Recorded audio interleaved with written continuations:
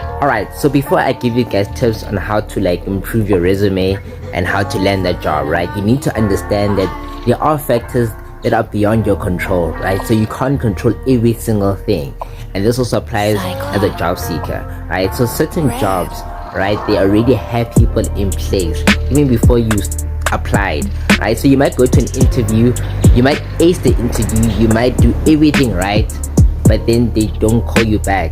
That's because they already have someone in place for the job, right? So they pre-hired people, and this happens a lot, especially in government entities where they really know who they want for the job, but it's common practice for them to like advertise the post and do interviews and stuff like that, right? So if you're well prepared and you didn't get the job, sometimes it's factors that are beyond your control.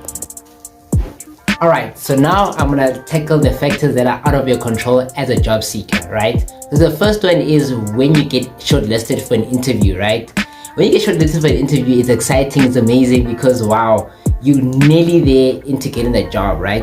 But now there's certain factors that have to go according to plan, right? So firstly is that the panelists, some of them are biased towards your race, your ethnic group, or your tribe. And that's something out of your control, and people don't want to talk about this, right? I don't know why it's such a taboo topic where one of the panelists just doesn't like you because of your race. It happens where the person is a perfect candidate, but just because he's a black person or just because he's a white person, he might not even get the job.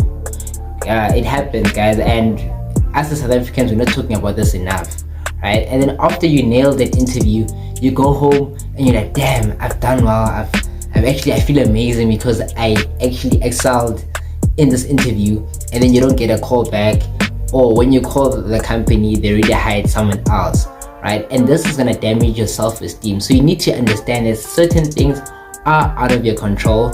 So if once you understand this, then you're gonna become powerful. Now let's talk about the things that are in your control as a job seeker. So as a job seeker, you need to categorize yourself into different categories, right? So there's junior posts, there's internships, there's entry-level jobs, there's mid-level jobs. So I'm basically gonna filter around people in and around my age group, right? So now if you're in and around my age group and you don't have experience, you're gonna have to apply for internships, learnerships, or these entry-level jobs that might, help you in your career, right?